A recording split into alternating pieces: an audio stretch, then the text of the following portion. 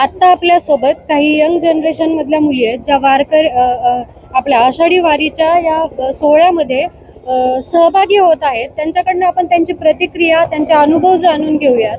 सर्वप्रथम तुझं नाव सांग आणि काय तुमचा अनुभव आहे या वारी संबंधितला तो मला सांग। हॅलो, माझं नाव कामाक्षी बडवे आहे आणि मी पुण्यातलीच राहणारी आहे।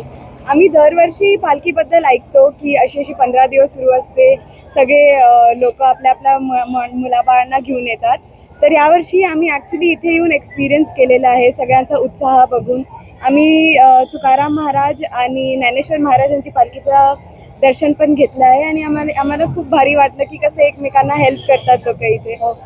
तुमच्या सोबतच्या म्हणजे आपल्या सोबतच्या पिढीला तू काय संदेश देऊ इच्छित की आपली पिढी थोडंफार देवांपासून डायव्हर्ट होत आहे ना, तर हे असे इन रिअल टाइम इथे येऊन एक्सपिरियन्स करणं, सगळ्यांच्या ग्रुपमध्ये उभी राहून एकमेकांना हेल्प करून देवाच्या प्रेझेन्समध्ये राहणं वेगळं फिलिंग आहे, ते फील करावं। ओके काका, तुम्ही काय सांगताल या संदर्भात? या मुलांना काय तुम्ही संदेश देताल?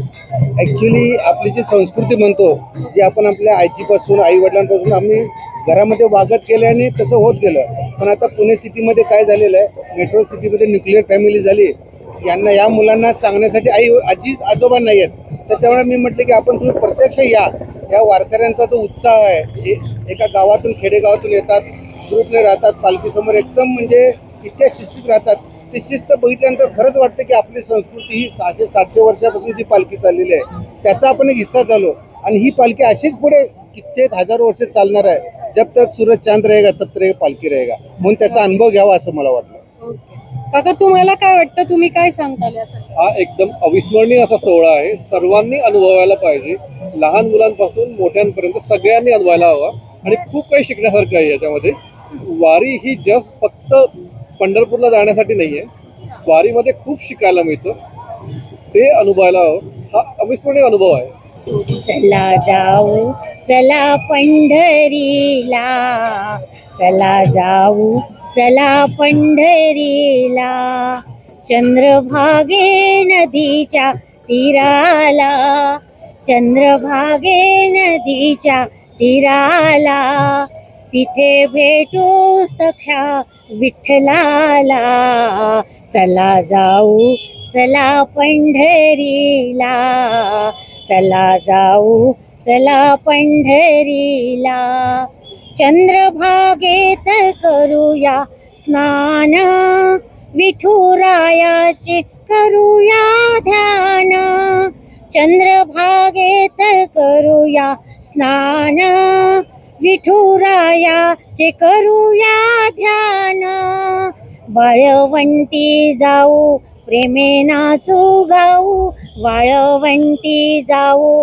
प्रेमे नाचू गाऊ, सोनची आनंद येईल आपल्या मनाला, चला जाऊ चला पंढरीला, चला जाऊ चला पंढरीला, चंद्रभागे नदीच्या तीराला, चंद्रभागे नदीच्या तीराला, तिथे भेटू सख्या विठ्ठलाला, चला जाऊ चला पंढरीला।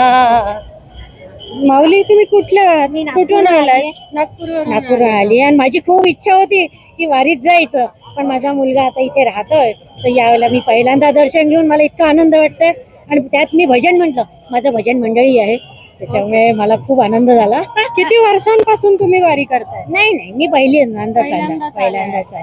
मी चंद्रपूरला असते, आमचं राहणं चंद्रपूरला आहे। ओके, मुलगा इथे जॉबला आहे, तर माझी खूप दिवसाची इच्छा आहे आणि पांडुरंगाची कृपाने ती आज कृपा बरी झाली।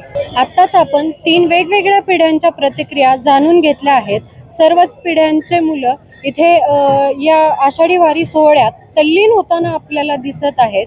कॅमेरामन सोबत मी सायली मेमने।